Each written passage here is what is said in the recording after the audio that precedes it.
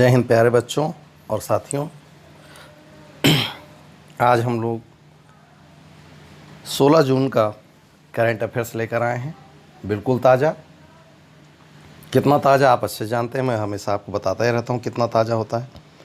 Current affairs आपके लिए इतना महत्वपूर्ण है जितना परीक्षाओं के लिए, जैसे कि आपके लिए सांसें ज़रूरी हैं, वैसे ही परीक्षाओं के लिए करंट अफेयर्स ज़रूरी, बिना इसके कुछ होने वाला नहीं है। तो कृपया करके ध्यान से करंट अफेयर्स को देखते चलें। विश्वास दिलाता हूँ करंट अफेयर्स में कुछ भी छूटने नहीं पाएगा।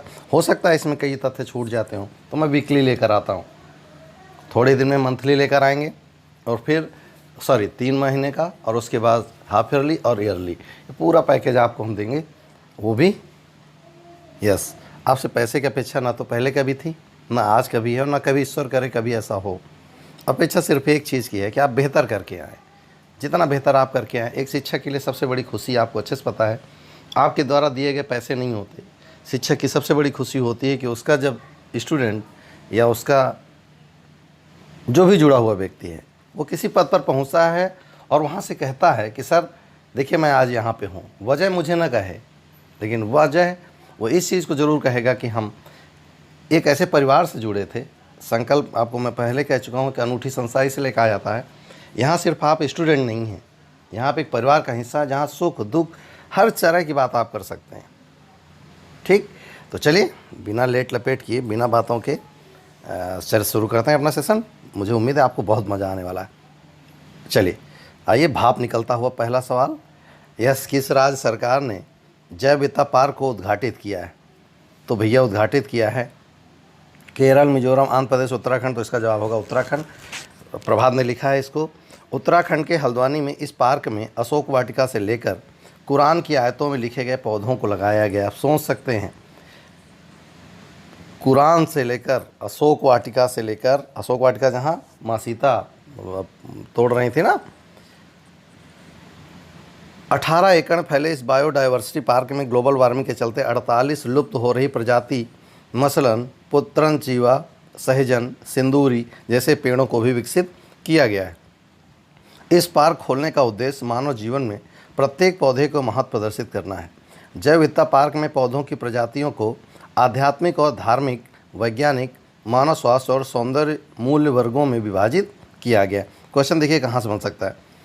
उत्तराखंड में बनाए गए बायोडाइवर्सिटी पार्क में किन आधारों पर पौधों को प्रजातियों का वर्गीकरण नहीं किया गया? तो किया किस आधार पर गया? धार्मिक आधार पर, वैज्ञानिक आधार पर, मानव स्वास्थ्य और सौंदर्य मूल को। यानी 4 आधार हैं, 5वां आधार नहीं होगा। मुझे उम्मीद है आपको समझ में आ गया होगा। कुछ भी कहने सुनने की जरूरत नहीं, आप सारा कुछ समझ गए, जान गए। सुशांत सिंह, एक ट्रेजेडी किंग हम कहेंगे इसको। और मुझे रिक्वेस्ट है, आप सुबह 9:30 बजे इस वीडियो को देख रहे होंगे, 9 बजे आपको आज ही अपने कोचिंग का एक वीडियो का नोटिफिकेशन आएगा, जिसमें मैंने सुशांत सिंह पर उनकी जीवनी पर एक वीडियो बनाया है। मेरी आपसे पहली बार मैं आपसे कह रहा हूँ, मैंने आज तक हमेशा आपको मना किया है कि इसको शेयर मत करिएगा। हमेशा मैं कहता हूँ लाइक शेयर मत करिए। आपको पढ़ना उद्देश्य है, मेरा उद्देश्य पढ़ाना है। मैंने यूट्यूब चैनल इसलिए नहीं शुरू किया कि मुझे इससे पैसे कमाने। मैंने इस चैनल को इसलिए शुरू किया है ताकि लॉकडाउन के दौरान आपकी शिक्षा में किसी प्रकार की रुकावट ना हो। इसलिए मैं कभी आपसे नहीं कहता लाइक करो, शेयर करो, कमेंट करो, कुछ मत करो। मैं हमेशा क्या करता हूँ, ज़रूरत नहीं है। मेरी बात अगर सही होगी तो आप अपने आप लोगों तक पहुँचाएंगे, ये आपकी रिस्पॉन्सिबिलिटी। लेकिन पहली बार मैं आपसे कह रहा हूँ, इस वीडियो को, आपको शपथ है अपने उस संस्थान की, आप इस वीडियो को अपने परिवार, रिश्तेदार, नातेदार, जहाँ जहाँ तक आप पहुँचा सकते हो, जहाँ तक मैं कह रहा हूँ जिस प्लेटफॉर्म से पहुँचा सकते हो पहुँचाइएगा। इसलिए नहीं कि उससे मुझे क्या चाहिए, इसलिए कि हो सकता है कि कोई सुशांत जैसा सोच रहा हो और आपके सर उसका जीवन बचा ले जाएं। क्योंकि आपको अच्छे से पता है कि आपके सर एक साइकोलॉजिस्ट हैं, तो स्वाभाविक है मैं आपकी मदद आ सकता हूं, मैं आपके मतलब का इंसान हो सकता हूं, आपका जीवन इस लायक ज़रूर बना सकता हूं कि आपको फंदे से नीचे उतार दूंगा। मैं विश्वास दिलाता हूं आपको, आप कभी नकारात्मक नहीं होंगे। बस आपका एक काम है, आप मेरे साथ जुड़े रहिए।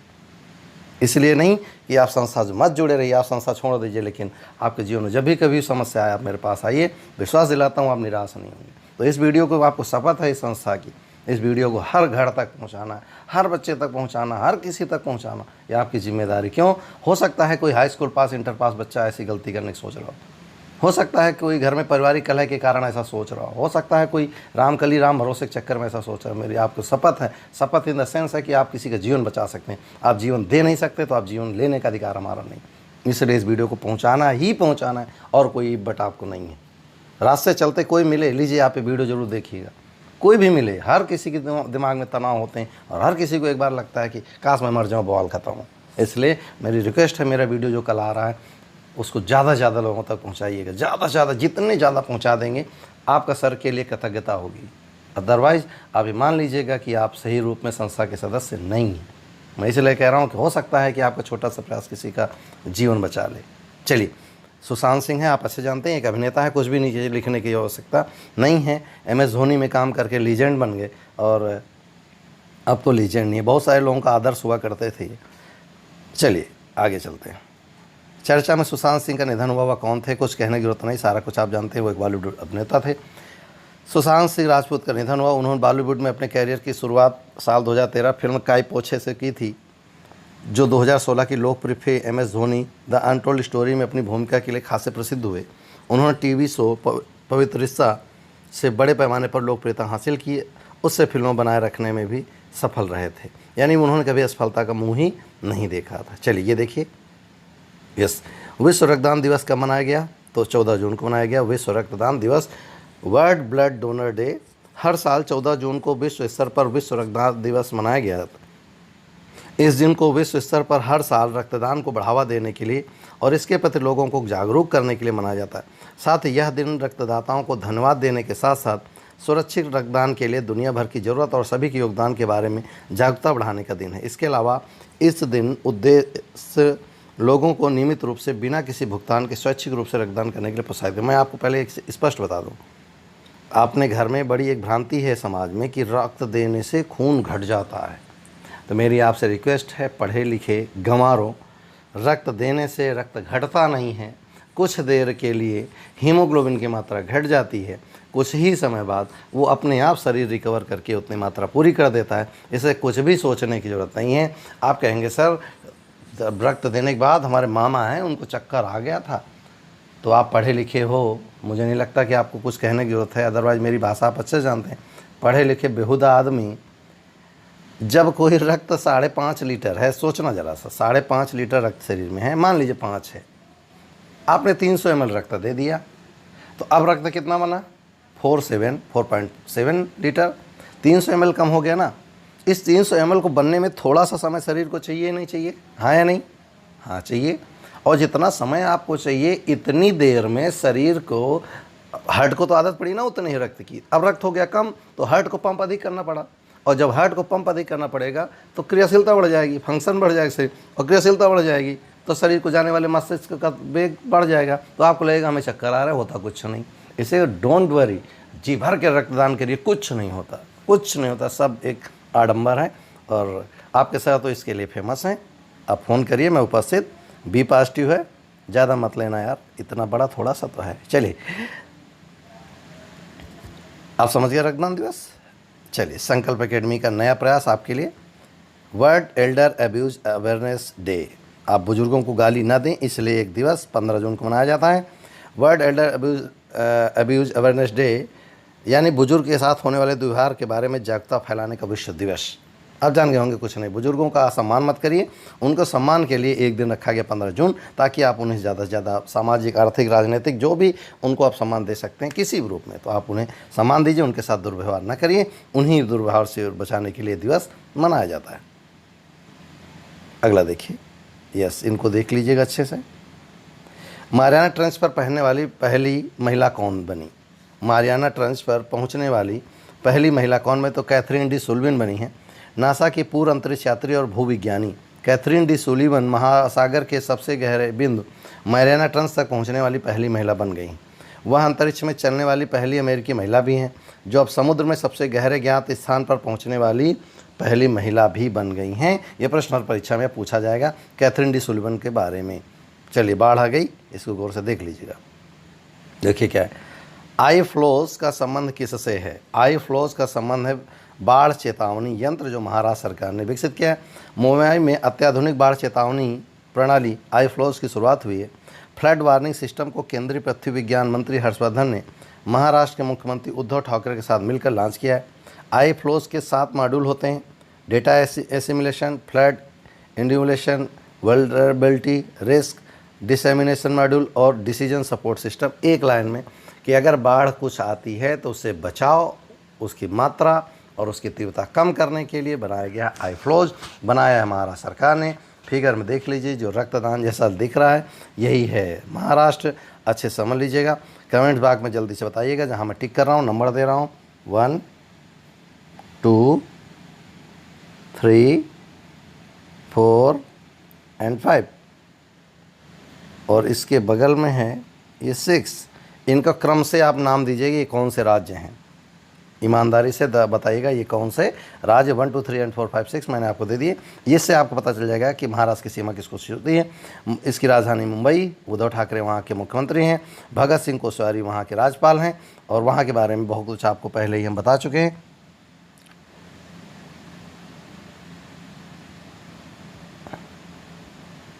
यस, आगे चलते हैं। वो ओपन नहीं हो रहा है, उसमें संजय गांधी नेशनल पार्क और वहाँ पर जो पेंच अभ्यारण्य है और वहाँ पर जो सबसे ज़्यादा कोरोना के पेशेंट है उसके बारे में लिखा गया था।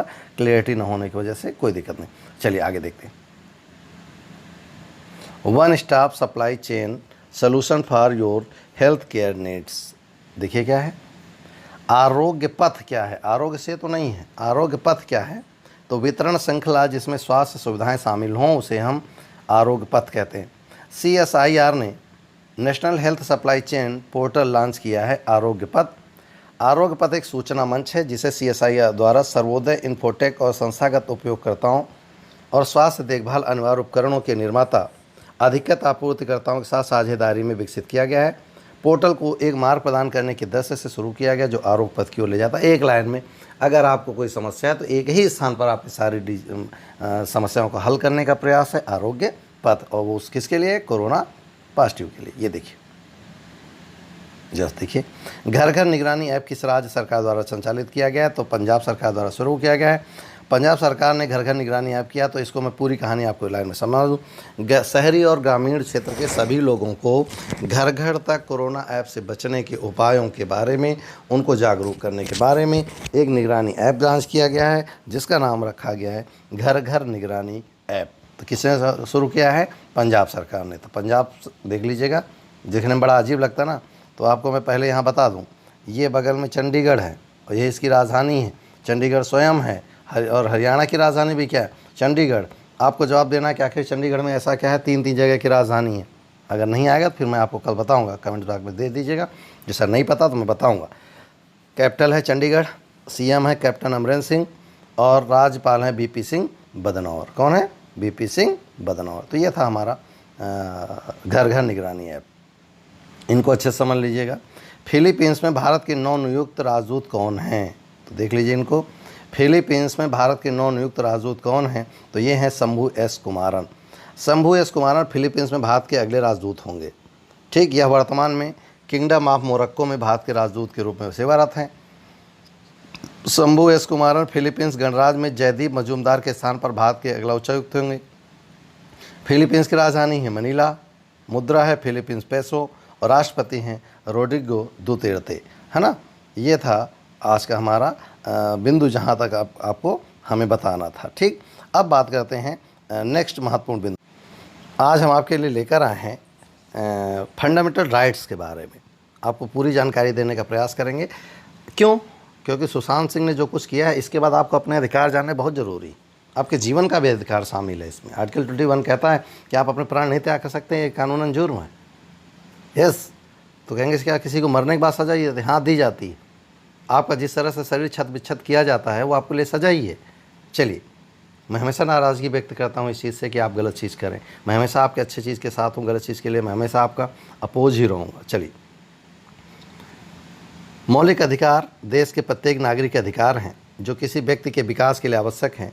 भारतीय संविधान जो विश्व का सबसे बड़ा संविधान है, मैं भारतीय नागरिकों के मौलिक अधिकारों को इसके भाग 3 के अनुच्छेद 12 से 35 तक सब पढ़ा चुका हूँ। संविधान में दर्शाए गए 6 मौलिक अधिकारों को संयुक्त राज्य अमेरिका के संविधान से लिया गया, नोट करेंगे। 6 मौलिक अधिकारों को यूएसए से लिया गया है। प्रारंभ में 7 मौलिक अधिकार थे, लेकिन बाद में 44वें संविधान संशोधन 1978 आपको अच्छे से पता है किसने किया था, मोरारजी देसाई ने। संपत्ति के अधिकार को हटा दिया गया। क्यों हटा दिया गया आपको मैं खूब अच्छे से पढ़ा चुका हूँ, टाटा की कहानी है ना। चलिए, समानता का अधिकार अनुच्छेद 14 से लेकर 18 के बीच, स्वतंत्रता का अधिकार है 19 से लेकर 22 तक, और शोषण के विरुद्ध अधिकार है 23 और 24 में। धार्मिक स्वतंत्रता का अधिकार है 25 से लेकर 28 में। संस्कृत और शिक्षा संबंधी अधिकार अनुच्छेद 30 में। संवैधानिक उपचारों का अधिकार है अनुच्छेद 32 में। और संवैधानिक उपचारों के अधिकार को ही अंबेडकर जी ने संविधान की आत्मा कहा था, है ना। चलिए, सबसे बात करते हैं अनुच्छेद 14 से लेकर 18 के बीच, तो जल्दी जल्दी से देख लेंगे। मैं इसको पूरी कहानी सुना दे रहा हूँ। आर्टिकल 14 कहता है विधि के समक्ष समता। आर्टिकल 15 कहता है धर्म, वंश, लिंग आदि के आधार पर भेदभाव नहीं किया जाएगा। आर्टिकल 16, मैं आपको यहाँ सारा केवल ब्रीफ दे रहा हूँ, इसको पढ़ नहीं रहा हूँ। आर्टिकल 16 कहता है रोजगार पाने का अधिकार या लोक नियोजन का अधिकार या नौकरी पाने का अधिकार। और इसी के 16(1)(4) में लिखा है आरक्षण के बारे में। जो लोग पहली बार पढ़ रहे हैं उसको नोट करिएगा। 16(1)(4) में आरक्षण का उल्लेख है। अस्पष्टता का उल्लेख है अनुच्छेद 17 में है, यानी कि किसी भी रूप में अस्पष्टता स्वीकार नहीं की जाएगी। सैन्य और शैक्षणिक क्षेत्रों को छोड़कर पदवी की समाप्ति, यानी कोई भी व्यक्ति शिक्षा और सैन्य को छोड़कर अपने आगे कोई भी डिग्री नहीं लिखेगा। इवन दैट कोई भारत रत्न भी अपने सामने नहीं लिख सकता। हम डॉक्टर लिख सकते हैं, लेकिन आप चाहें तो अपने आगे भारत रत्न पाने के बाद भी आप भारत रत्न नहीं लिख सकते। ठीक। भारत के संविधान द्वारा दी गई समानता के अधिकार का अपवाद है कि किसी राज्य का राज्यपाल या राष्ट्रपति किसी न्यायालय के प्रति जवाबदेह नहीं होता। मैं आपको बता चुका हूँ, समानता का अधिकार मानिए राष्ट्रपति उसके दायरे में आता है, लेकिन व्यक्ति के रूप में आएगा, पद के रूप में राष्ट्रपति शामिल नहीं होगा। अच्छा, जो लोग पहले पढ़ रहे हैं, समय थोड़ा ज़्यादा हो जाएगा, ध्यान सुन लीजिएगा। मान लीजिए कि राष्ट्रपति अपनी जो घर में काम कर रहा है उसकी हत्या कर देता है, या मेड काम करते उसके साथ दुर्व्यवहार करता है, तो ध्यान रखिएगा उसमें व्यक्ति के रूप में उनके ऊपर केस चलेगा, राष्ट्रपति के रूप में उनके ऊपर केस नहीं चलेगा, क्योंकि पद में रहते हुए किसी भी राष्ट्रपति के खिलाफ किसी न्यायालय में कोई विवाद अभिहित नहीं किया जाएगा। मैं आपको बहुत बार पढ़ा चुका हूँ, है ना। चलिए, अब बात करते हैं 19 से 22 तक। 19 से 22 क्या है? 19 में आपको अच्छे से पता है 6 प्रकार की स्वतंत्रताओं की बात की गई है। भाषण अभिव्यक्ति की स्वतंत्रता, इसी में प्रेस की स्वतंत्रता शामिल है। हथियार के बिना शांति समझौता संगठन बनाने, पूरे भारत में घूमने, देश के किसी भाग में निवास करने, कोई भी व्यापार या व्यवसाय करने का अधिकार हमारे पास है। अनुच्छेद 20 में लिखा है अपराधों के संबंध में संरक्षण। अनुच्छेद 21 में आपको अच्छे से पता है प्राण और दैहिक स्वतंत्रता है। अनुच्छेद 21A में 6 से 14 वर्ष के बच्चों को निःशुल्क अनिवार्य शिक्षा है।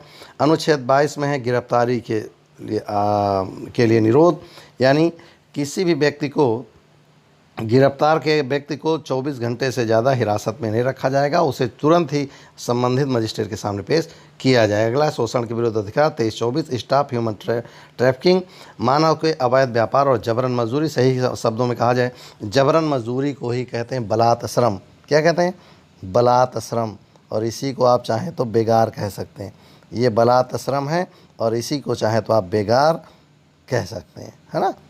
जहाँ व्यापार और भीख मांगवाने और इस प्रकार के अन्य जबरन काम कराने का निषेध।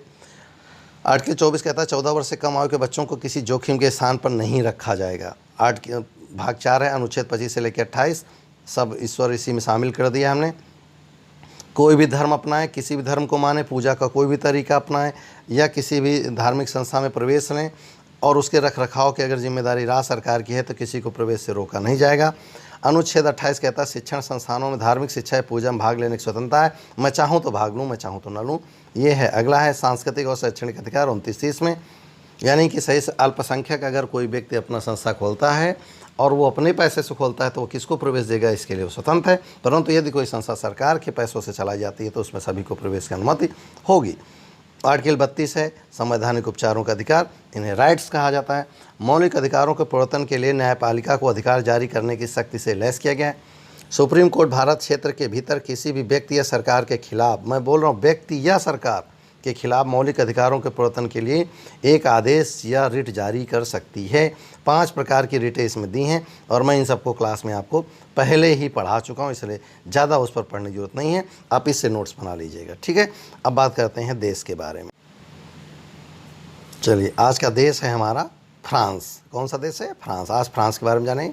फ्रांस, राजधानी है पेरिस, मुद्रा है यूरो, राष्ट्रपति हैं इमैनुअल मैक्रोन, प्रधानमंत्री हैं एडवर्ड फिलिप, संसद है नेशनल असेंबली, महाद्वीप है यूरोप, राष्ट्रभाषा है फ्रांसीसी, जनसंख्या में स्थान 22वां, जीडीपी स्थान 7वां, क्षेत्रफल में 43वां, राष्ट्रीय ध्वज आपके सामने है।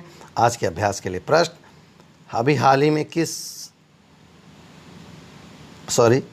हाल ही में कब विश्व पर्यावरण दिवस मनाया गया? लिखने मिस हो गया। तो विश्व पर्यावरण दिवस कब मनाया गया? 12 जून, 5 जून, 1 जून, 10 जून। आपको कमेंट्स बॉक्स में इसकी थीम ज़रूर लिखनी है कि इस बार पर्यावरण दिवस की थीम क्या थी। ये था हमारा आज का सेशन। उम्मीद है आपको अच्छा लगा होगा, आप तैयार कर रहे होंगे और बेहतर तरीके से आप हमें जवाब देंगे। हो सकता है कि आपको कई प्रश्न ऐसे होंगे जो आपको ना समझ में आए, तो परेशान होने की ज़रूरत नहीं है। आप तथ्यों को तैयार कर लीजिएगा, नहीं आएगा तो फिर हम आपको कमेंट्स बॉक्स में रोज़ पूछ लिया करिए, हम आपको जवाब देने के लिए बाध्य हैं। हाँ, बिल्कुल बाध्य हैं। आप पूछने के लिए स्वतंत्र हैं और हम बताने के लिए बाध्य हैं, क्योंकि मेरा काम आपको बताना है, आपका काम सुनना और उसको तैयार करना है। फिलहाल इस उम्मीद के साथ कि आप मेरा जो वीडियो कल आएगा सुशांत सिंह पर, आत्महत्या पर, सुसाइड पर, उसे ज़्यादा से ज़्यादा लोगों तक पहुंचाएंगे। ये आपकी जिम्मेदारी है, आपको सही राह पे ले चलना मेरी जिम्मेदारी।